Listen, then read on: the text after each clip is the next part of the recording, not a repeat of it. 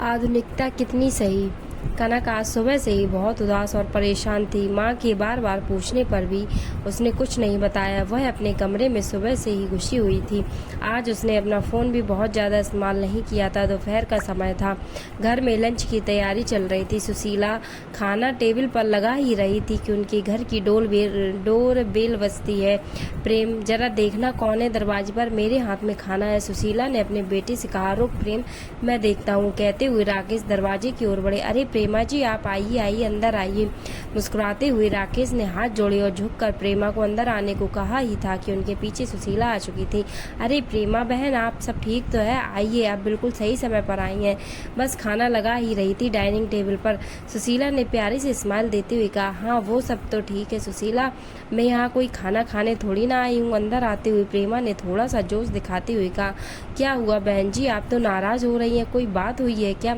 राकेश जी ने प्रश्न सूचक निगाहों से देखते हुए प्रेमा से पूछा। प्रेमा ने उनके प्रश्नों का उत्तर न देते हुए कहा। कनक कहाँ है? जी, वह अपने कमरे में है, अभी बुला देती हूँ। पर क्या उसने कुछ किया है? सुशीला ने फिर से वही प्रश्न किया। कनक का जिक्र चल ही रहा था तब तक वहाँ भी अपने कमरे से निकलकर डाइनिंग टेबल हॉल में आ जाती है। नमस्ते आंटी जी। कनक ने अपने सर पर चुन्नी करते हुए प्रेमा को विश किया। नमस्ते तो ठीक है कनक, पर ये बताओ तुम कल से सूरज से बात क्यों नहीं कर रही और अपना फ़ोन क्यों बंद करके बैठी हो? प्रेमा ने कड़क तेवर में कहा। अब घर के सारे सदस्य सहित प्रेमा भी कनक को ही देख रहे थे। देखो सूरज बहुत ही इमोशनल और हठीले स्वभाव का लड़का है। अगर तुम दोनों के बीच कुछ हुआ है तो तुम और से सारी बोलकर रफा दफा कर दो। मैंने तुम दोनों की सगाई के बाद शादी में 4 हफ्तों का समय इसलिए रखा है ताकि तुम दोनों आपस में बातें कर सको, एक दूसरे को जान सको, इसलिए नहीं कि रोज रोज मुंह फुलाकर गुस्सा करके बैठ जाओ। कनक, क्या हुआ? और प्रेमा आंटी सही तो कह रही हैं। अरे छोटे मोटे झगड़े तो अक्सर होते ही रहते हैं कपल्स में। अब हमें ही देख लो, शादी के इतने दिनों बाद भी तेरी माँ मेरे से रोज झगड़ा कर ही लेती है, फिर भी मुझे सॉरी बोलकर मामला रफा दफा करना ही पड़ता है। राकेश ने कनक से जॉली अंदाज में स्माइल के साथ कहा।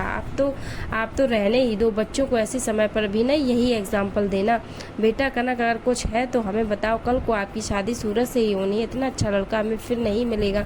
प्रेमा दीदी सही कह रही हैं। सुशीला ने भी कनक को समझाने की कोशिश की। कनक, हम तो अपनी दोनों फैमिली के भले के लिए कह रहे हैं। शादी के इनविटेशन कार्ड तक बढ़ चुके हैं, सारे रिश्तेदारों को पता चल चुका है। अब अगर कुछ होता है तो क्या कहेंगे और क्या उन्हें मना करेंगे, ये हमारी दोनों फैमिली की नाक का सवाल है। और अब प्रेमा ने सुशीला की ओर देखा। सुशीला, मैंने तुम्हारी बात पर भरोसा करके अपनी दोस्ती को रिश्तेदारी में बदलने की कोशिश की, लेकिन कनक तो कल से सूरज को नाराज करके बैठी है। वह कह रहा है माँ तुमने न जाने कैसे अनबल टाइप की लड़की ढूंढी है मेरे लिए। अब तो तू जानती है सुशीला, मेरा सूरज पढ़ा लिखा है और ऊपर से हटीला। अगर उसने एक बार मना कर दिया तो फिर वो अपने बापू की भी नहीं सुनेगा। अब तू देख ले, इसे उसे सॉरी बोलकर मनाना तो पड़ेगा। अब कनक कुछ बोलते उससे पहले ही वहाँ पर बैठी कनक की छोटी बहन डॉली बोल पड़ी।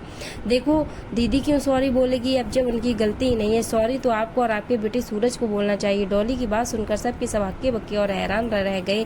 क्यों डॉली, ये क्या कह रही है तू? हाँ, मैं सही कह रही हूँ। कल रात को सूरज जी वीडियो कॉल पर दीदी को सारे कपड़े उतारने और उनकी न्यूड फोटोज देने की डिमांड कर रहे थे, और जब दीदी ने ये सब करने से मना कर दिया तो अनपढ़ गंवार का ठप्पा लगाकर मुंह फुला लिया। यही पढ़ाई किया है क्या उन्होंने बाहर जाकर?